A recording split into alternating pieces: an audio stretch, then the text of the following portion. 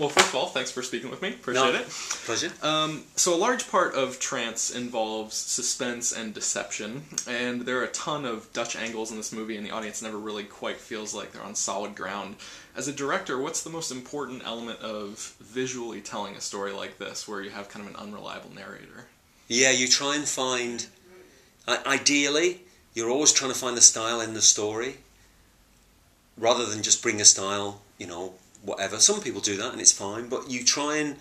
Whatever element is it in the story that you want to emphasise through the style, so it complements it. That's what you're trying to do. And sometimes you want to shatter that, for deliberate impact. Mm-hmm. But for instance, with this, it's more to do with the fact that there is an unreliable narrator.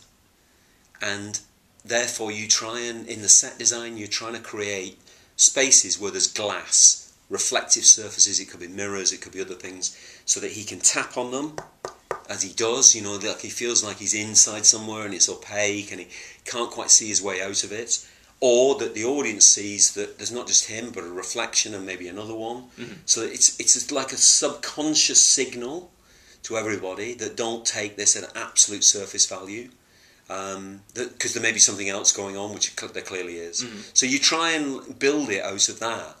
And also the Dutch angle thing, you try and actually, it's trying to make this, it's a double thing really. It's trying to make the spaces that you're working more dynamic, because they often look more dynamic like that. And again, it's the world out of kilter, it's off balance. Mm-hmm. And something like that. There's something weird about Dutch angles as well, because I think what happens in the cinema is you correct them. So they often look, when you shoot them, they often look more dramatic than when you actually see them in the cinema.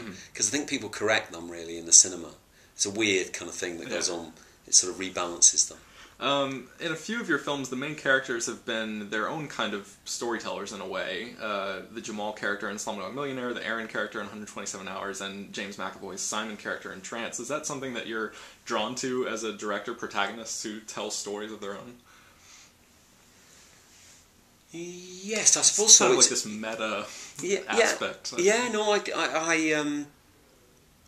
It is something very strong in a movie when a character leads you in, and that can either be a really good, positive thing, stick with me for the journey, get to know me, this is an intimate portrait, or it can be deceptive, which it is obviously is in Trance.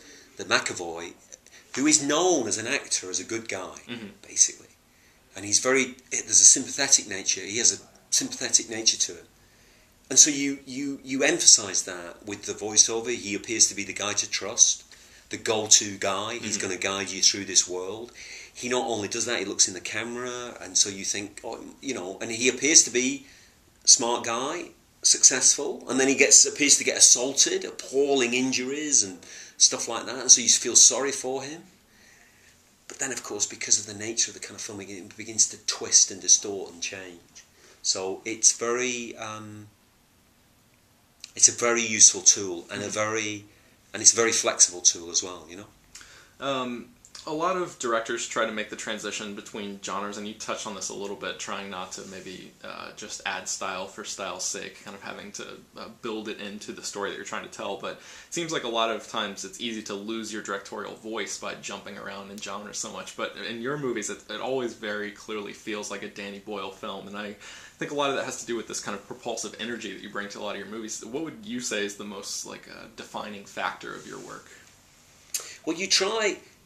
Obviously, in retrospect, you look like you're genre hopping. I can understand why people say that. You don't think of it like that when you're setting them up.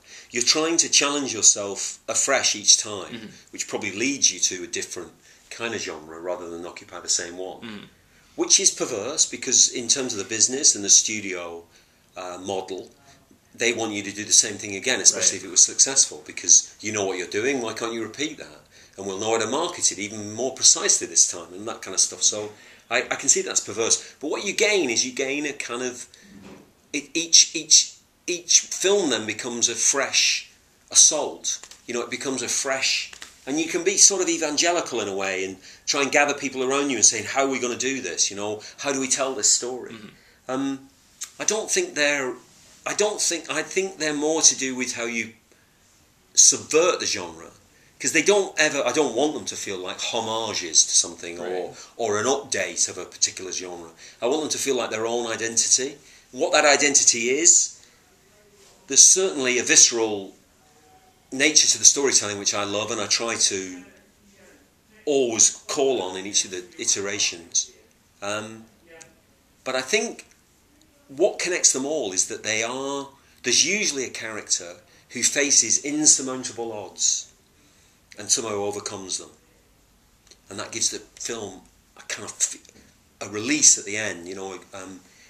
And the difference with Trance is that you don't know who that character is. There is a character in there who faces insurmountable odds, but you don't know who it is until you get right to the end. Mm-hmm. So, cool. You often like to surround yourself with the same people when you start a new film.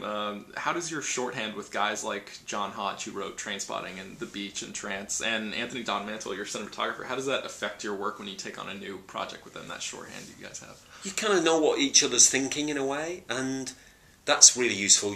It's very quick. You kind of can guess. You know, you sort of know each other very, very well. I think the other thing is that and it's a danger with success, is that people might not want to challenge what you're saying, you know, because they're intimidated, you know.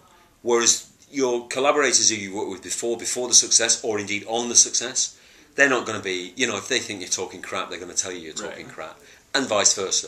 And that's quite a very healthy thing, you know, that you continue to challenge each other in that way. For sure. Your first writing credit is your work on the screenplay for 127 Hours with Simon Beaufoy. What was it about that project that made you think, I want to be involved in the writing process? Well, no, it was nobody else wanted to do it. I mean, It was like, we try to get all our favourite writers to have a go at it. They say, I can't see it. And then eventually Christian said, because I said, it's like obvious. Christian eventually said, you've got to do it yourself. And so I went away and I'd spent a couple of months writing it. But it was very incomplete. Mm-hmm. And you needed a proper writer, Simon Beaufoy, who came in. Because I realised in doing it, I don't really do character. I can do the dynamics and the kind of structure, but I don't really. You have to be a proper screenwriter to write character. Mm-hmm. Because it's not just like, it sounds easy writing character, you just go, oh yeah, he's a shithead, or he's a kind of like asshole, or, you know, he's a really positive guy, and so he speaks in a... That's not character. Character is something where the character...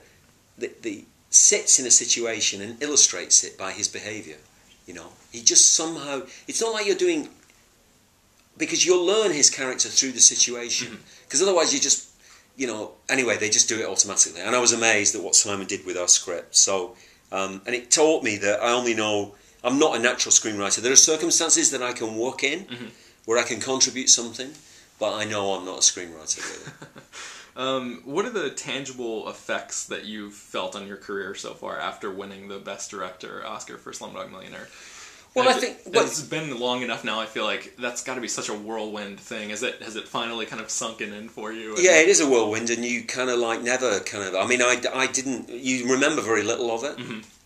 I watched it... My sister recorded it, and so a few months later I watched it, and I didn't recognise a lot of it, right. You know, just because you just don't remember. It's bizarre.